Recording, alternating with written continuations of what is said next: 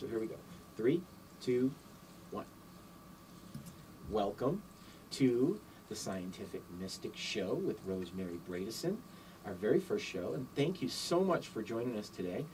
I am proud and excited to introduce not only someone who I respect, but I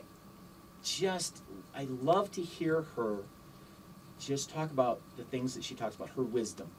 So let me introduce on her show, Rosemary Bradison. Rosemary, thank you so much for doing this show with me.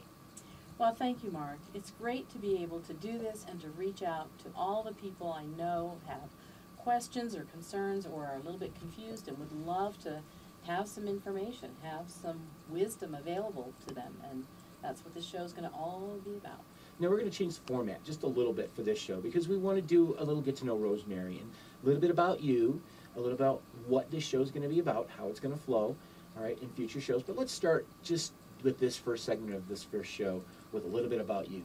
Just tell me a little bit about you. Okay, great. Well, I am the scientific mystic, and that might confuse some people because those two words aren't usually used together. Yeah, that's kind of a stretch. Right. But my background is actually mathematics and science, and I have a long technical career, including 12 years working for NASA on the Hubble Space Telescope.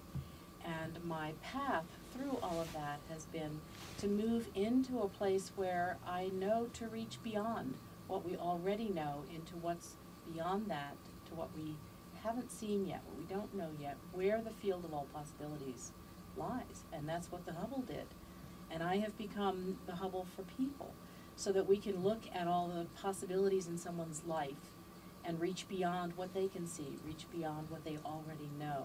And using intuitive skills plus training in NLP and hypnosis, Reiki energy healing, lots of tools that I have, business training to be able to be a business coach. I help people get beyond that cloud of confusion, just like the Hubble Space Telescope did. Let's get beyond the distortion of the atmosphere and see what's out there in the universe. And that's what I do for people, the cloud of confusion, the distortion of limiting beliefs or ideas and thoughts that aren't really serving them anymore. We reach out into the field of all possibilities for them. There's a lot that you just brought up there that I would like to talk about. But since we're doing a practice, I'm really not going to go down that road. But you engaged about 14 different roads with that. All right, and I want to let you know you have been talking for almost 3 minutes.